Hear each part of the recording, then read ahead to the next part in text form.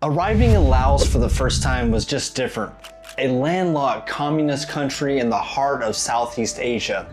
And my first thought, there's no way that there's actually going to be tennis in Laos. But what I found, dozens of courts, multiple clubs, and a welcoming tennis scene that I just didn't expect. Hi guys, in this video I want to highlight some of the amazing tennis clubs I found in Laos's capital, Vientiane. And these clubs aren't ranked in any particular order. You know, each one I think has something unique to offer. And I'm just gonna highlight them. And if you ever find yourself in Laos, you know, you might discover in this video the one that suits you best. Also at the end, I put a frequently asked questions for anyone that wants to play tennis in Vientiane, Laos. And guys, I hope you like my shirt here. This is the Lao national uniform that I bought there in the capital. And it's one of my favorite shirts. But anyways, let's jump into the video, and my journey starts with a very cool anecdote. Hello everybody, Eric here.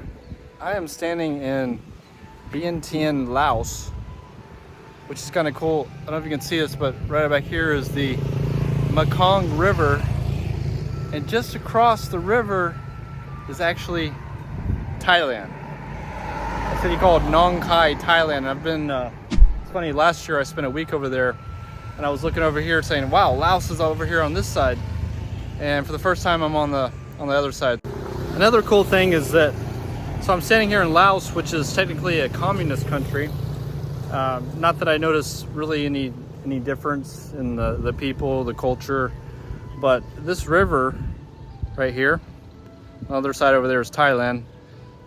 This is communist. You go across that river and you're in a monarchy, just Thailand. So just thought that was pretty interesting that, you know, what is it, 200 meters away? And the first club we'll talk about is Anothai, which is an indoor tennis club. And there's actually another covered facility at Alley 8 that I'll talk about later in the video, but you know, this facility has a few indoor courts, about 3 from what I saw, with a robust tennis pro shop with apparel and racket stringing, basically anything that you need tennis-wise. Now, having an indoor covered tennis facility is a big deal, because if any of you guys have ever spent any time in Southeast Asia, you'll know that there's typically 2 seasons. There's the hot season and then the hot and wet season, and you know, during that rainy season, it can pretty much kind of rain every day. So that's why having a covered roof is actually a really big deal. That's one of the things I love about Anothai. And Anothai just happened to have a tennis tournament going on while I visited there, featuring what looked like one team against another and some fun, entertaining local tennis scene. So I ended up sticking around for an hour just to sit and enjoy the tennis. Vientiane Tennis Club. Now this is probably the most local grassroots tennis experience you could have in Laos. And you can see here that they had a tournament shortly before I was there, which if my math is correct, it lasted about 3 weeks. And the best thing about Vientiane Tennis Club is that if you're a visitor or just a tourist, you're probably staying somewhere near the Mekong River, like I did, which is near the night market, near the downtown area. And the Vientiane Tennis Club is located there in the heart of the city. Most of the other clubs on this list are a little bit deeper, maybe a few miles or kilometers into the rural areas of the city. Now, by the way, guys, if you're ever in Laos, but you also want to visit maybe Luang Prabang too, and you want to play tennis there, I actually made another video that you can watch up here. And the next club, Phupha Tennis Facility. Now Phupha, now yes, this is kind of a funny name, and I am probably mispronouncing it. And I know that the pronunciation police will always let you know in the comment section, so you guys tell me how to pronounce this. Now this was the most breathtaking club, and maybe it was just circumstantial, but that day itself was just so beautiful in Laos. It was just a tennis player's dream there, and you know, I got goosebumps when I visited Phupha. You know, 75 degrees with a little bit of a breeze, a little bit of cloud cover, and it had beautiful trees on the edge of the courts. And actually, these might be the only courts I've ever seen with trees actually inside the fence of a court. They just kind of built around them, and I can see why they did that. It's just beautiful. And they put benches right beside them.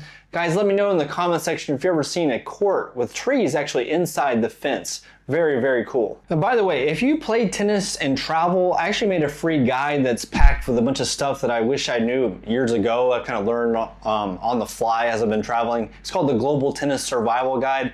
links in the description. You can download it for free. Next club, VASY Sports Center. Now, VASY was probably the best and nicest tennis court that I saw in all of Laos. I mean, from an aesthetic perspective, it's very well maintained, just this gorgeous red clay. They got 2 courts there. And the club felt kind of like a YMCA or a gym membership type club. They do have a great gym there, a 2-story building, but you know, it's a place where you probably want to sign up for a year-long package kind of deal. They have coaches there for hire.